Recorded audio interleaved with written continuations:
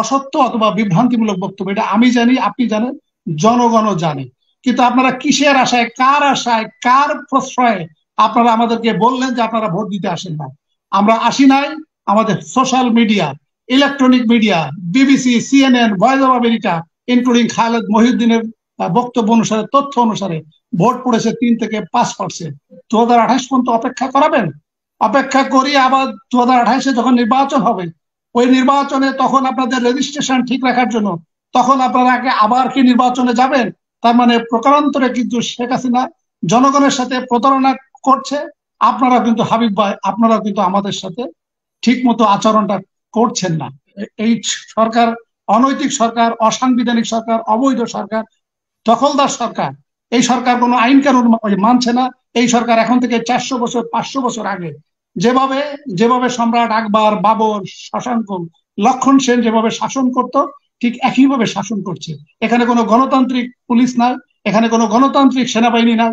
এখন আপনি একটু আসেন, আমাদের হাবিব ভাই যেহেতু সামনে আছে, আমি জনগণের পক্ষ থেকে জনগণের যে ক্ষোভ, সেই ক্ষোভটা আমি একটু হাবিব ভাইয়ের কাছে একটু প্রকাশ করতে চাচ্ছি। কারণ আমি যদি বিএনপির রাজনীতি করি না, বা বিএনপির রাজনৈতিক নেতাদের সাথে এইভাবে কথা বলতে পারি না।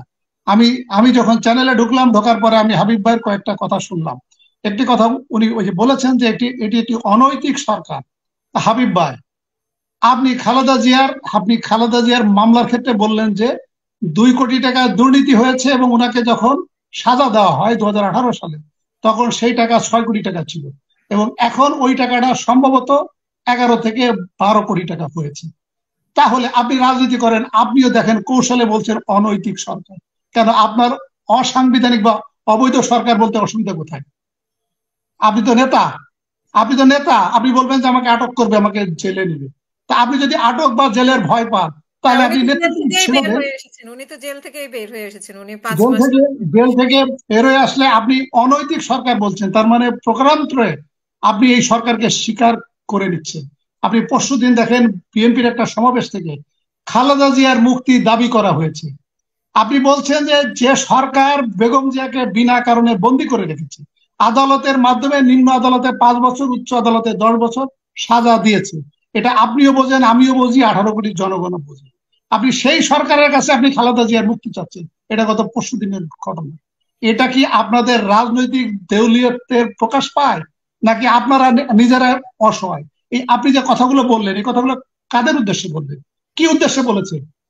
আমরা জনগণ কি আপনাদেরকে এনে ক্ষমতায় বসাবো, নাকি আপনারা একটা প্ল্যাটফর্ম তৈরি করে দিবেন, জনগণ আপনাদেরকে সহযোগিতা করবে? এখন তো আমরা দেখছি যে বাংলাদেশের রাজনীতি উল্টা।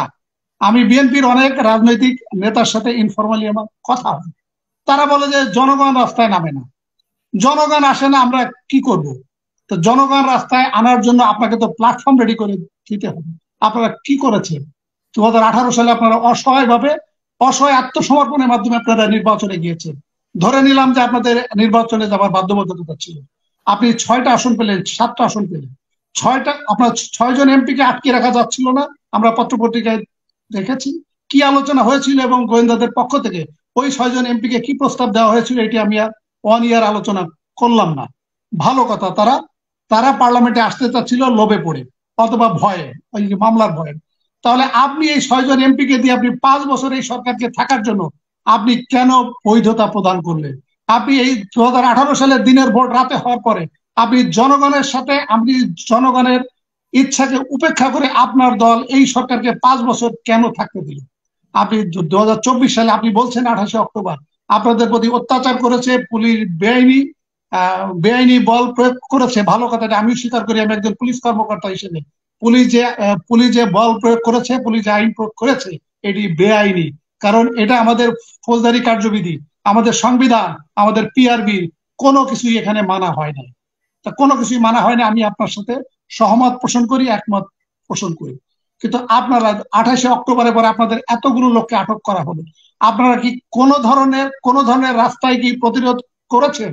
আপনারা কার আশায় ছিলেন? আপনারা আমাদেরকে কি বলেছেন? আমাদের জনগণকে আপনারা বলেছেন 95, আপনারা জনগণকে বলেছেন আপনারা এই ভোট দিতে এসেন না, এই প্রহসনের নির্বাচন, আপনারা ভোট দিতে এসেন না, আপনারা পরিবারের সাথে সময় দেন। হাবিব ভাই, আমরা কিন্তু পরিবারের সাথে সময় দিয়েছি, আমরা জনগণ কিন্তু আপনাদেরকে নেতা হিসেবে মেনে নিয়েছি।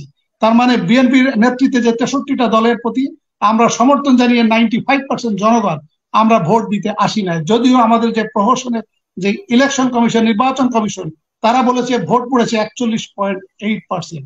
কারণ শেখ হাসিনার যে রাজনীতি, শেখ হাসিনার যে বক্তব্য, শেখ হাসিনার যে সমস্ত কুশীলবদের বক্তব্য, এই বক্তব্য 198% মিথ্যা, অথবা অসত্য, অথবা বিভ্রান্তিমূলক বক্তব্য। এটা আমি জানি, আপনি জানেন, জনগণও জানে। কিন্তু আপনারা কিসের আশায়, কার প্রশ্রয়ে আপনারা আমাদেরকে বললেন যে আপনারা ভোট দিতে আসেন না? আমরা আসি নাই। আমাদের social media, electronic media, BBC, CNN, Voice of America, including Khaled মহিউদ্দিনের বক্তব্য অনুসারে, তথ্য অনুসারে ভোট পড়েছে 3 থেকে 5%। তাহলে 95% জনগণ আপনাদেরকে নেতা হিসেবে মেনে নিয়েছে। তাহলে আমরা 7 তারিখে আমরা আসি নাই। আমরা তো আশা করেছিলাম যে 8 তারিখে নিশ্চয়ই আপনাদের কাছে এমন কোন ট্রাম্প কার্ড আছে যেটা আমরা হয়তো এটা পাবো। যেহেতু আমাদের যে ক্ষত 2018 সালের পরে যে ক্ষত, আমরা হয়তো ভেবেছিলাম, কিন্তু ইতোমধ্যে কিন্তু প্রায় 4.5 মাস চলে গিয়েছে। আপনারা কিন্তু এখনো পর্যন্ত এমন কোন দৃশ্যমান আমাদের কিছু, মানে আমাদের কিন্তু কোনো কিছু দেখাতে পারেন নাই। আপনি 2018 সালে যে নির্বাচন, আপনারা বলেন দিনের ভোট রাতে হয়েছে, কিন্তু আপনারা কি কোনো হরতাল, অবরোধ, আপনারা কি কোনো প্রতিবাদ করেছেন? করেন নাই। আপনারা শুধু 6 জন এমপিকে দিয়ে এই পার্লামেন্টকে বৈধতা দিয়েছেন। এখন আমি আপনার কাছে বিনয়ের সাথে জানতে চাচ্ছি, আপনারা কি আবার এই আমাদের 2028 পর্যন্ত অপেক্ষা করাবেন? অপেক্ষা করি আবার 2028-এ যখন নির্বাচন হবে, ওই নির্বাচনে তখন আপনাদের রেজিস্ট্রেশন ঠিক রাখার জন্য তখন আপনারা আবার কি নির্বাচনে যাবেন? তার মানে প্রকারান্তরে কিন্তু শেখ হাসিনা জনগণের সাথে প্রতারণা করছে। আপনারা কিন্তু, হাবিব ভাই, আপনারা কিন্তু আমাদের সাথে ঠিক মতো আচরণটা করছেন না। এই যে আপনি যে কথাগুলো বললেন, আপনার কথাগুলো আমি শুনেছি, যদিও এখন বিএনপি নেতারা টকশোতে আসে না। আপনাকে ধন্যবাদ, আন্তরিকভাবে ধন্যবাদ যে আপনি জেল থেকে মুক্ত হওয়ার পরে এসে কথা বলছেন। কিন্তু আমি ইলেকশনের পরে বিএনপির তেমন কোন শীর্ষ পর্যায়ে নেতাদের আমি টকশোতে আসতে দেখি নাই। আপনি এসেছেন, আপনাকে শুভেচ্ছা এবং আপনাকে আন্তরিকভাবে ধন্যবাদ। কিন্তু কথাটা হচ্ছে যে, হাবিব ভাই, জি হাবিব ভাই, আপনি যে কথাগুলো বলছেন সবই ক্ষোভের কথা। আপনি যেটা বলছেন এটা আমাদেরও ক্ষোভের কথা, 95% জনগণের ক্ষোভের কথা। কিন্তু এই কথা আপনি কাকে বলছেন, কি উদ্দেশ্যে বলছেন? আমরা কি করব? আমরা কি জীবন দিয়ে আপনাকে ক্ষমতায় বসাবো, নাকি আপনারা একটা প্ল্যাটফর্ম তৈরি করে দিবেন? আমি সেনা ব্যাকগ্রাউন্ডের লোক, আমি পুলিশ ব্যাকগ্রাউন্ডের লোক। ইলেকশনের আগে সেনাবাহিনী 99% এই সরকারের সাথে ছিল না, পুলিশের 99% এই সরকারের সাথে ছিল না। শুধুমাত্র 1% খুশি লাভ, সেটা সেনাবাহিনী হোক, পুলিশে হোক, জুডিশিয়ারিতে হোক, আমলাতন্ত্রে হোক, 1% বেনিফিশিয়ারি এটা সবসময় থাকে। কিন্তু আপনারা যদি প্ল্যাটফর্ম তৈরি করতে পারতেন, এই 95% জনগণ আপনাদের সাথে চলে আসতো।